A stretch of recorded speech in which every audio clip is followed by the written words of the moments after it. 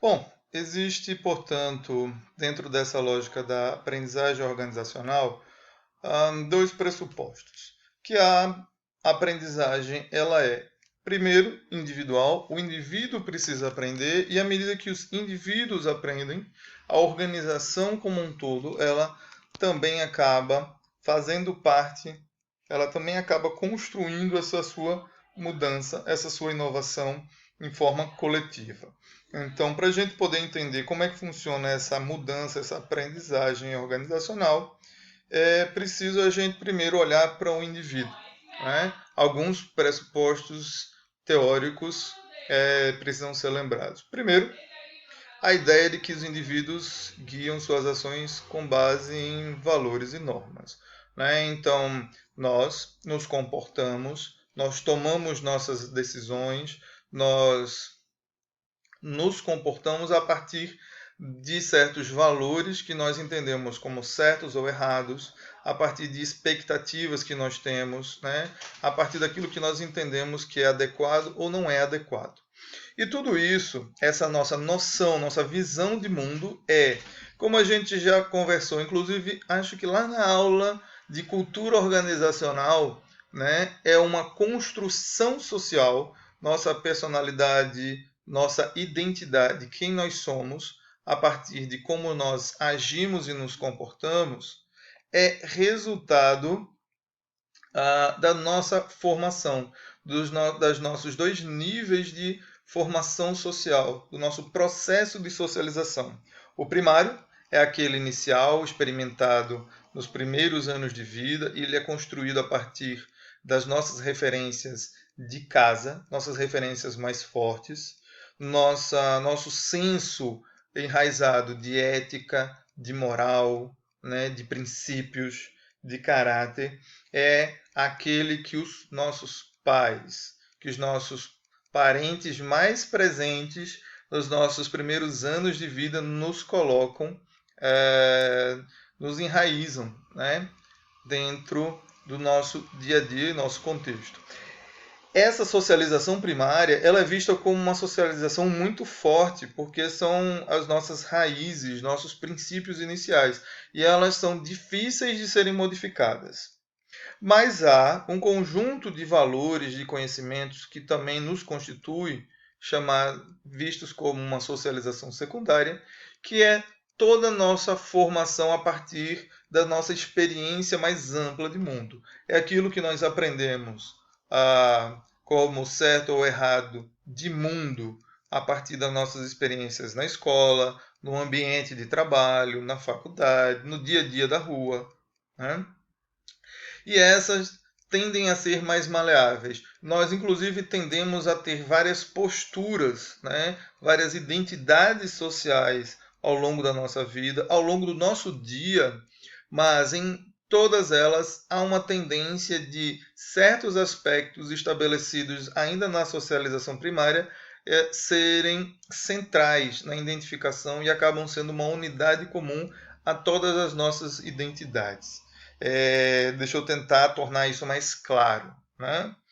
É, eu posso dizer para vocês que eu ocupo diferentes identidades ao longo do meu dia. Eu sou professor de vocês, eu sou pai da Sofia e do Arthur, eu sou esposo da Renata, eu sou filho dos meus pais, eu sou funcionário da Faculdade Santa Helena. Então, em cada uma dessas situações, eu vou ocupar um papel diferente, eu vou acreditar pela minha formação de mundo, né? Pela escolaridade, pelas minhas experiências em trabalhos anteriores, por aquilo que eu absorvi, né? Da minha experiência com várias pessoas. Eu vou me comportar da forma como eu acho que é adequada com cada um deles, assumindo papéis distintos. No entanto, há uma tendência para que esse meu papel como pai, como professor, como funcionário, ter semelhanças. Essas semelhanças são talvez meus traços de caráter, de personalidade, que foram construídos no primeiro nível de socialização ainda criança. Né? Então, é mais difícil a gente entender que as pessoas têm é mais difícil a gente mudar esse primeiro traço, mas o segundo, sim, ele é mudável, né?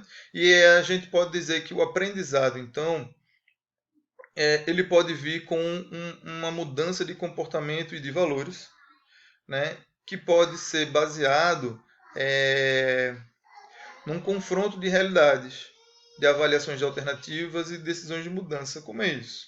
Na medida em que a gente experiencia novas informações, novos saberes, novos conhecimentos de mundo, né? A gente pode avaliar aquilo que a gente entende como é certo, como é errado.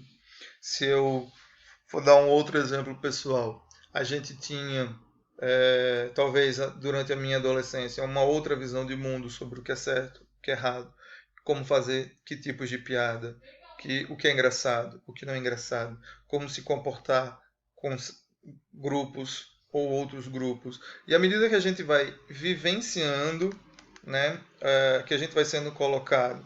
E lógico, esse meu aprendizado foi baseado na minha vivência de escola, de rua, de primeiros trabalhos que tinham certas características, que eu ouvia pessoas me falar, né? Então, à medida que a gente passa a ter outros trabalhos, outras vidas, experimentar outras pessoas, outros grupos, a gente vai experimentando essa realidade, a gente vai vendo avaliando que certos saberes talvez não são tão adequados, não são tão benéficos, não são tão saudáveis. E aí a gente vai vendo como o mundo vai mudando e a gente vai avaliando e tentando decidir se essas mudanças são adequadas para a gente. É claro que no mundo de mudanças, nem todas são suaves e fáceis, né? Há momentos de resistência, há momentos que a gente não quer mudar, há momentos que a gente não quer sair de um certo status quo, né? E isso traz os desafios da vida para que a gente se modifique ou não, né?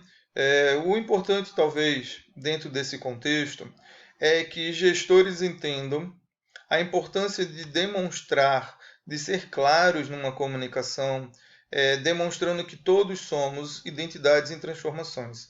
Identidade, lembrando, papéis sociais que a gente ocupa, né? E que elas precisam ser transformadas porque o mundo se transforma.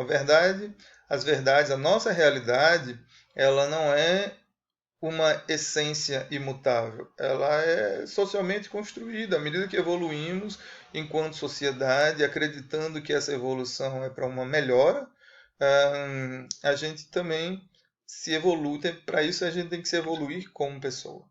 Então, à medida que as pessoas vão se transformando, tende a haver uma transformação da própria organização. Isso significa que gestores, líderes, aqueles que estão à frente de uma organização, devem reconhecer essa necessidade, né, à medida que analisam os ambientes, que verificam essas tendências de mudanças, devem também se propor a estabelecer uma mudança na própria cultura organizacional, nos valores, nas regras, nas normas, nas diretrizes daquilo que deve dizer para as pessoas dentro de uma organização o que é o certo e o que é errado do agir e do se comportar dentro dessa instituição, né?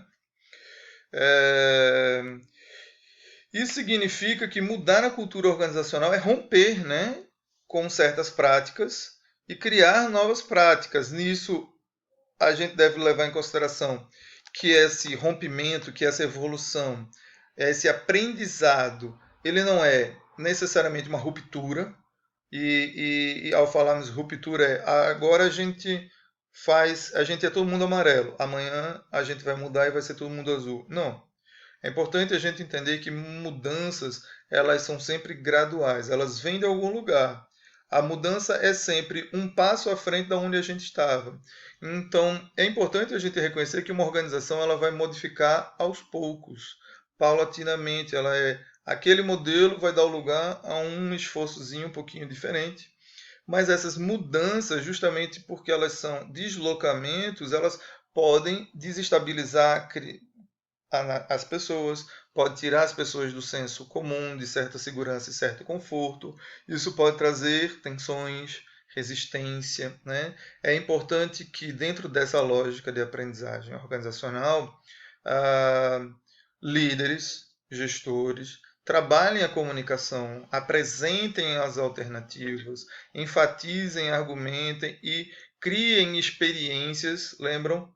Desenvolvimento organizacional, né? É uma questão de aprendizagem, uma aprendizagem pautada nas experiências. Então é preciso que use técnicas, ferramentas, sejam elas de reuniões, de treinamentos, de práticas, mas que tenham reuniões de feedback e tudo mais, mas é preciso ser colocado em prática, levando isso em consideração que isso tem que estar claro, tem que ser entendido, tem que ser demonstrado que são mudanças para uma melhor prática e procedimento coletivo, né? E que esse coletivo ele também precisa do individual, né? E com isso buscar-se, né, nesse jogo de relações de poder, outra coisa que a gente já viu, né, uma possibilidade de cooperação coletiva de todas as partes. Lembrando que assim como as identidades mudam, as organizações também mudam e também evoluem. É condição sine qua non. Bom, agora que a gente falou de aprendizagem nas organizações, a gente vai deixar esse vídeo aqui só para isso e vai passar para o próximo para falar de organizações em aprendizagem, que é a nossa segunda abordagem de hoje, ok? Então até o próximo vídeo.